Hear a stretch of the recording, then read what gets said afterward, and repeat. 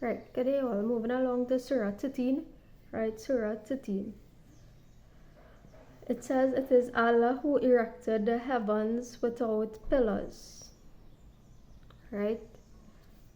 It is Allah who erected the heavens without pillars. What does this mean? That heaven is not a place you could physically see.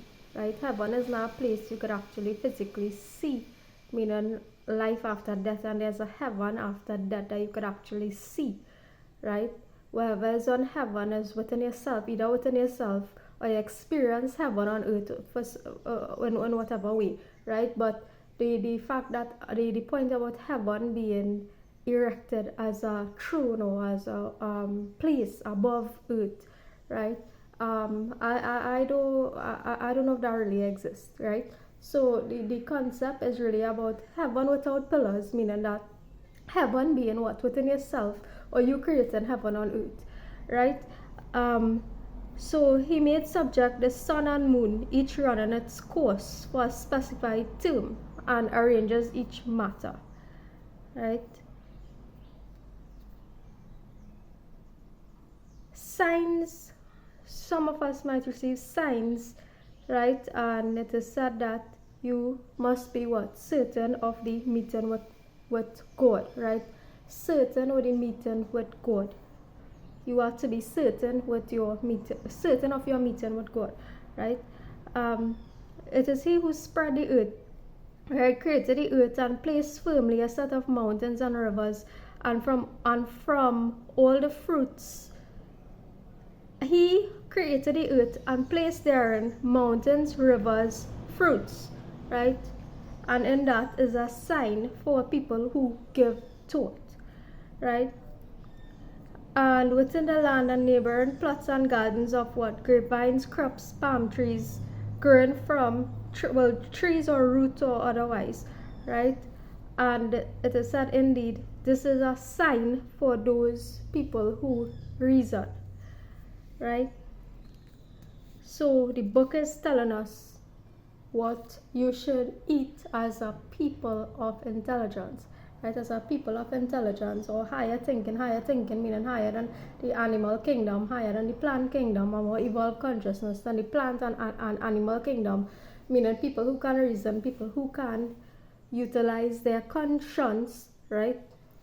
Things, examples of things that you can eat, right?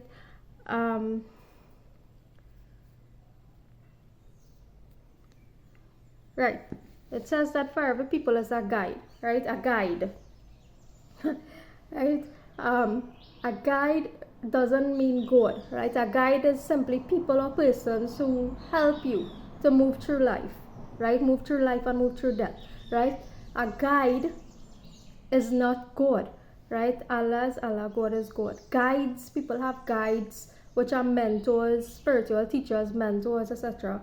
All of these people can assist you to push you along, to motivate you to carry through life, to persist through life, and even help you to carry you through death, right? But these people are not God itself, and to God alone should be your worship, your exaltation, all these things, right?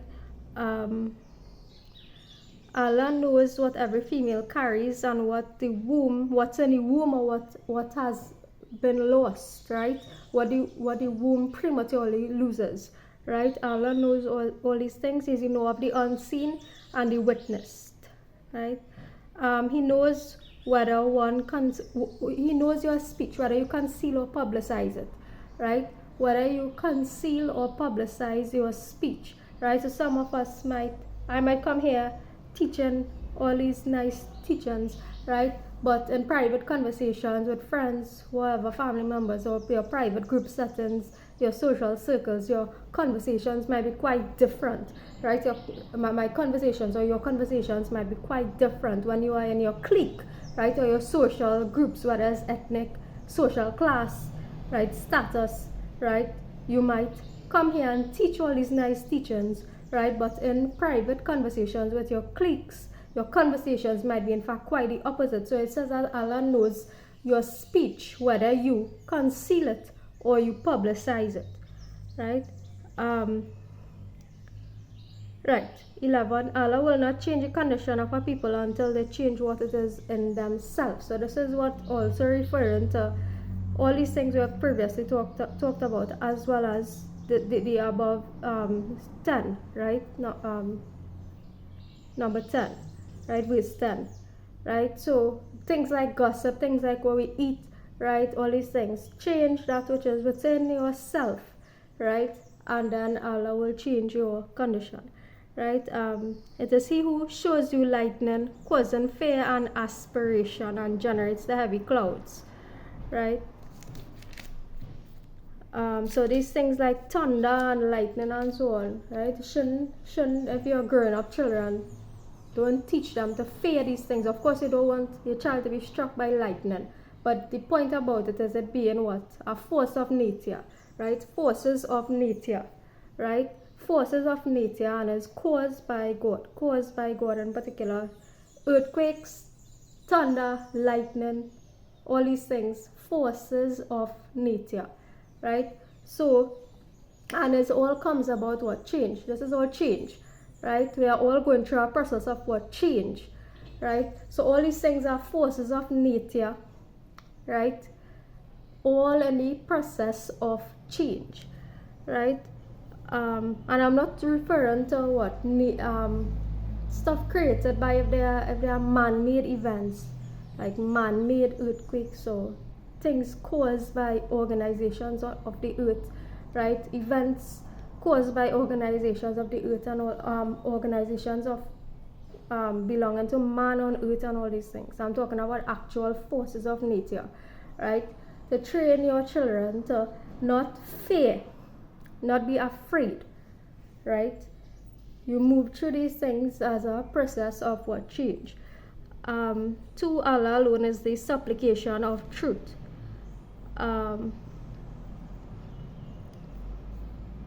He sends down from the sky rain.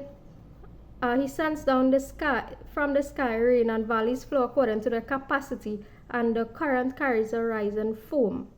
And it says that as for the foam, it vanishes, right?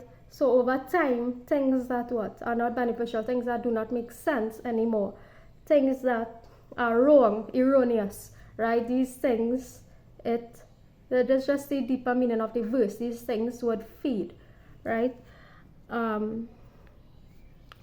So be patient, seeking the face or the acceptance of God. Establish prayer and spend on that which is beneficial or righteous, that which has been provided for you, and you will have good consequence, right? By the remembrance of Allah, hearts are assured, right? So by remembering Allah, God, your hearts should be assured or reassured, right? Again, this points out to the force of nature, and Allah being the creator of the forces of nature, right? If there was any Quran or recitation by which the mountains would be removed, or the earth would be broken apart, or the dead would be made to speak, it would be the Quran. But to Allah belongs this affair entirely, right? If there was any Quran or recitation by which the mountains would be removed, or the earth would be broken apart, or the dead would be able to speak, it would be the Quran. If there was any recitation, right, by which the mountains would be removed, or the earth would be broken apart, or the dead would be able to speak, it would be the Quran, right? But to Allah belongs this affair entirely, meaning that Allah has the power to what? Change our situation. If there were to be, for example, an earthquake in a particular area, right, or place, right, Allah actually has the power to what? Change our situation if He wills, right? He is the maintainer of every soul, right? Knowing what it has earned, knowing what each soul has earned, right? So you're commanded to what? Worship just one God, right? Worship one God, right? To not associate any partners with this one God, right?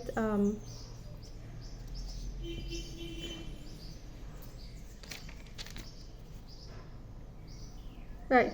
So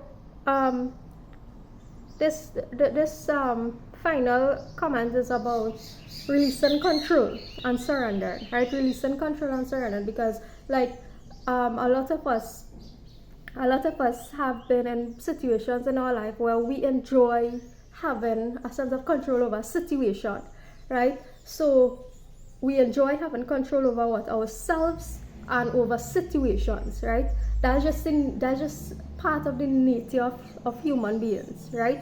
We enjoy having some measure of control over the situations we are in and ourselves, which we should be in control of ourselves, right? But regarding situations, right?